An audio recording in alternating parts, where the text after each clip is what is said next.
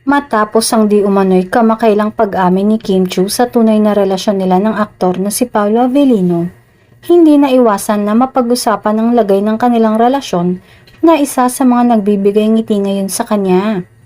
Si Paolo gives me happiness and contentment, kinikilig na pahayag ni Kim. Inamin din ito na si Paolo ang tinutukoy ni Vice Ganda na dumadalaw sa kanya sa dressing room. Pero sabi ng aktres na hindi pa siya handa na bumuo ng kanyang sariling pamilya. Hindi naman all out sa love life, balance naman lahat. Wala pa naman sa isip ko ang papunta sa pagiging momshi. So ayun, balance, patas, chill, relax and enjoy. Masayang tugon ni Kim. Aniya, gusto muna niyang i-enjoy ang kanyang relasyon ngayon. Sit back, relax and enjoy lang, pahayag pa ni Kim.